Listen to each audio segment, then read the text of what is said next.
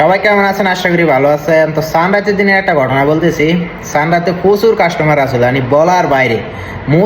মতন না টাইমও পাই না, এরকম কাস্টমার আসলো। যাই হোক, তো একটা কাস্টমার আসলো, মহিলা কাস্টমার, কটা চকলেট লয়ে আসছিল বাইরেতে। তো আমি খালি সাজিয়া দিয়েছি, আর দুটা ফুল নিয়েছিল সাথে। তো বিল হয়েছে গিয়া 25 তো আমি জিজ্ঞেস করছি যে ক্যাশ লাকি সেবাকা, তুই ক্যাশ দিবি কি সেবাকা দিবি?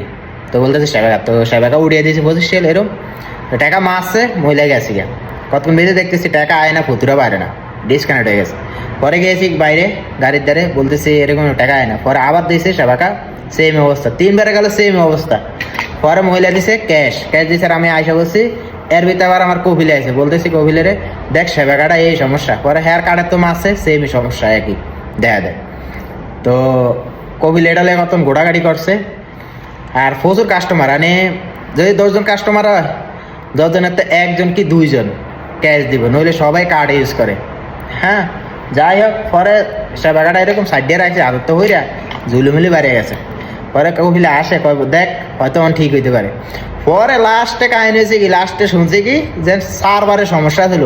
মানে সবার সেবাকার ভিত্তিতে একই সমস্যা, যে সার্ভারের কারণে এই সমস্যাটা হয়েছে কি, মানে সব দোকানে, এমন কোনো দোকান বাদ নাই যেন কাস্টমার না আসলো। এত কাস্টমার আসলো বলার বাইরে সানরাইজের দিন, সবার দোকানে। তো এই কারণে সার্ভারের সমস্যা দিছে, পরে বুঝতে পারছি আর কি। তো আশা করি আপনারা বুঝতে পারছেন।